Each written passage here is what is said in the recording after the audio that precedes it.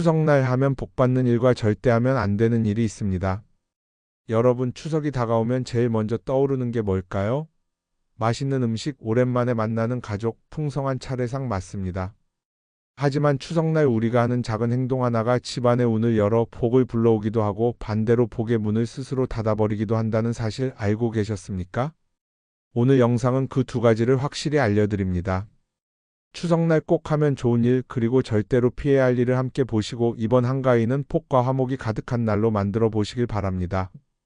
추석날 하면 복받는 일은 무엇일까요?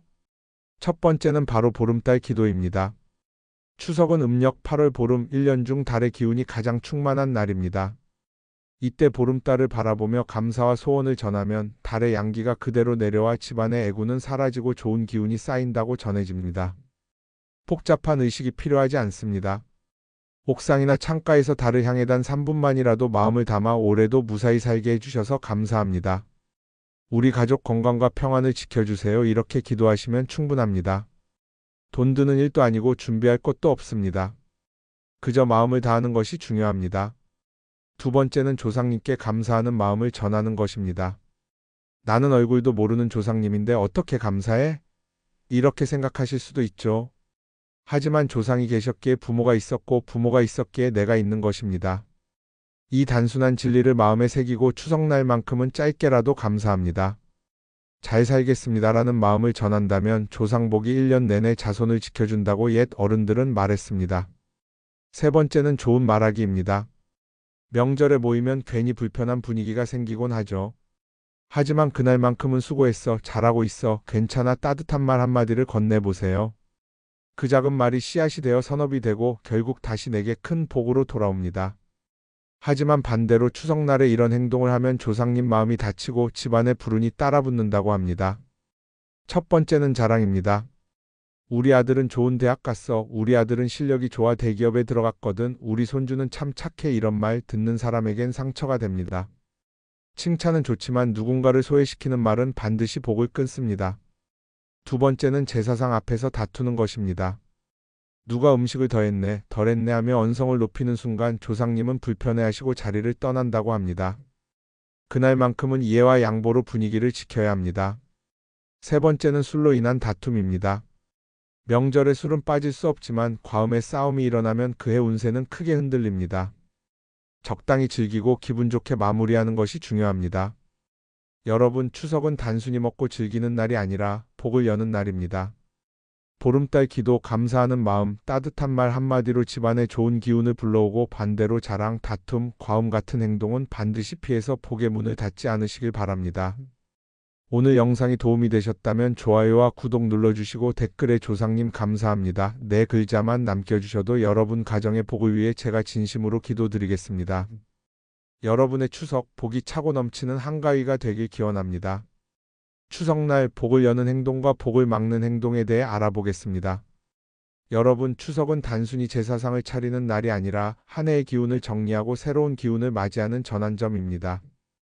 그렇기 때문에 이날 어떤 마음을 가지느냐, 어떤 행동을 하느냐가 그 해의 복을 좌우하게 됩니다. 복을 받는 행동은 무엇일까요? 추석날 가족이 모였을 때는 좋은 말만 건네는 것이 최고의 복 짓기입니다. 올해 고생 많았다. 내가 있어서 든든하다. 앞으로 더 잘 될 거야. 이렇게 따뜻한 한마디를 전하면 그것이 곧 선업이 되고 다시 나에게 돌아옵니다. 말 한마디가 돈 드는 것도 아니고 큰 수고가 필요한 것도 아니잖아요. 그런데 이 작은 말이 조상님 앞에서 복의 씨앗이 됩니다. 조상님은 후손들이 화목하게 지내는 모습을 보실 때 가장 기뻐하시고 그 기쁨을 곧장 복으로 내려주신다고 전해집니다. 반대로 추석날 자랑과 비교는 절대 피해야 합니다. 우리 아이는 대학에 붙었는데 너희 애는 뭐하니? 나는 이런 집 샀는데 너희는 아직이네?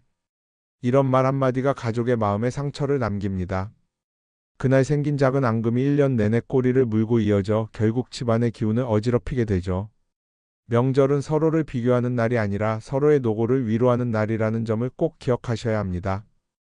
여러분, 추석날은 따뜻한 말 한마디가 복을 부르고 자랑과 비교가 복을 끊는다는 원리를 꼭 새겨두세요.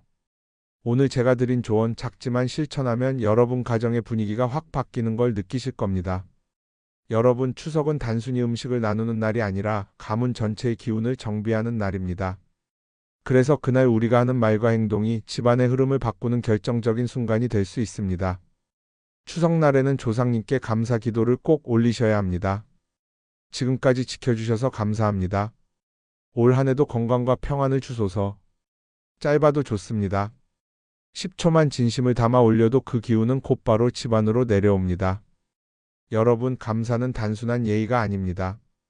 감사의 말이 곧 복을 부르는 통로가 되는 겁니다. 반대로 조상님 앞에서 불평과 원망을 쏟아내는 경우가 있습니다. 왜 우리 집만 이렇게 힘들까요? 왜 저는 하는 일마다 안 풀리는 걸까요? 이런 말은 조상님 마음을 아프게 하고 오히려 복의 물길을 스스로 끊는 말이 됩니다. 조상님께 바라는 게 많다면 먼저 감사가 있어야 한다는 점 꼭 기억하세요. 정리하자면 추석날은 감사의 기도가 복을 열고 불평의 말은 복을 끊는다는 사실을 명심해야 합니다. 이번엔 추석날 하면 복받을 일과 하면 안 되는 일에 대해 알아보겠습니다. 여러분, 차례상을 차릴 때 가장 많이 하는 고민이 바로 무엇을 올려야 할까? 입니다. 겉으로 보기에는 과일이나 음식이 다 비슷해 보이지만 풍수에서는 하나하나가 상징을 가지고 있습니다. 그 상징을 제대로 활용하면 집안의 복이 활짝 열리고 잘못 올리면 오히려 막혀버릴 수도 있습니다. 복을 여는 음식은 다음과 같습니다. 대표적으로 대추, 밤, 감, 배가 있습니다.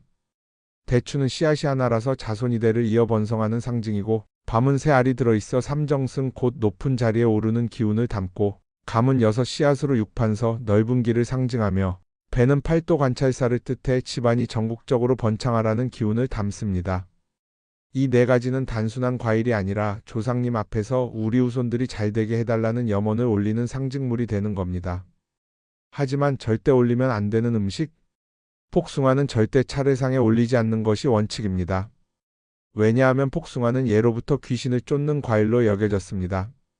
즉, 차례상에 올리면 조상님조차 멀어지게 하고 받던 덕까지 끊어버리는 불길한 상징이 되어버립니다. 정리하자면 차례상은 많이 차리는 것보다 무엇을 올리느냐가 훨씬 중요합니다. 조율시 4가지 과일을 기본으로 올리고 복숭아만큼은 절대 피해야 한다는 점. 이 2가지만 지켜도 조상님께는 기쁨이 되고 여러분 집안에는 복이 들어옵니다.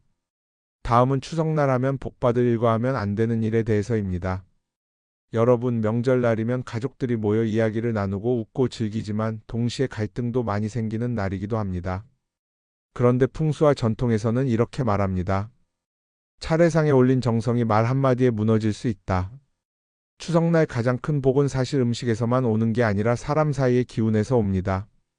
먼저 오랜만에 만난 가족에게 격려의 말을 해보세요.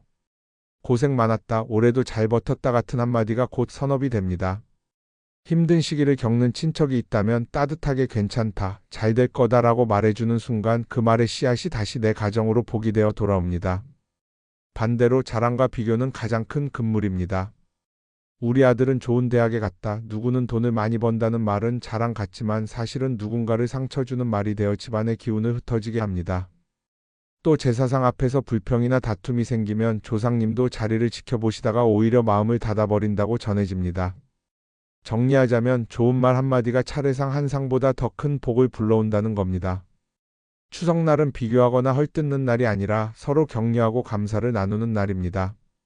이 마음가짐 하나만 바꿔도 조상복이 집안 가득 들어오게 됩니다. 추석날 조심할 일 또 알아보겠습니다.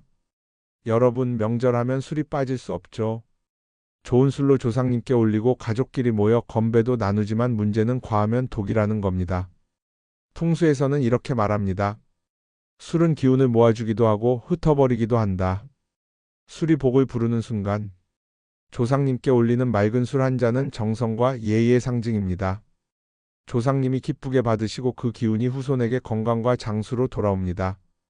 가족끼리 술잔을 나누며 감사의 말을 전하는 것도 좋습니다. 올해도 함께 해줘서 고맙다는 말 한마디에 술이 매개체가 되어 집안의 정이 돈독해집니다. 술이 화를 부르는 순간, 반대로 추석날 술에 취해 큰 소리로 다투거나 원망을 쏟아내면 그날 쌓은 모든 덕이 무너져 버립니다. 특히 제사상 앞에서 과음을 하고 목소리를 높이면 조상님이 나를 기리는 자리가 아니구나 하고 마음을 거두신다고 전해집니다. 실제로 명절 뒤 가족 갈등이 커지고 심지어 부부 사이가 틀어져 이혼까지 이어지는 경우가 적지 않은데 대부분 술자리에서 비롯된 일이 많습니다. 그래서 기억하세요. 추석날 술은 기쁨을 나누는 도구이지 싸움의 불씨가 되어서는 안 됩니다. 술 한 잔에 마음을 담으면 복이 되고 욕심을 담으면 화가 됩니다. 여러분, 이제까지 추석날 복을 부르는 일과 복을 끊어내는 일을 함께 보셨습니다. 마지막으로 꼭 기억해야 할 건 추석은 조상님과 후손이 마음으로 이어지는 날이라는 점입니다. 절대 하면 안 되는 마지막 한 가지. 제사와 차례가 끝나고 자리를 어지럽게 두고 오는 것입니다.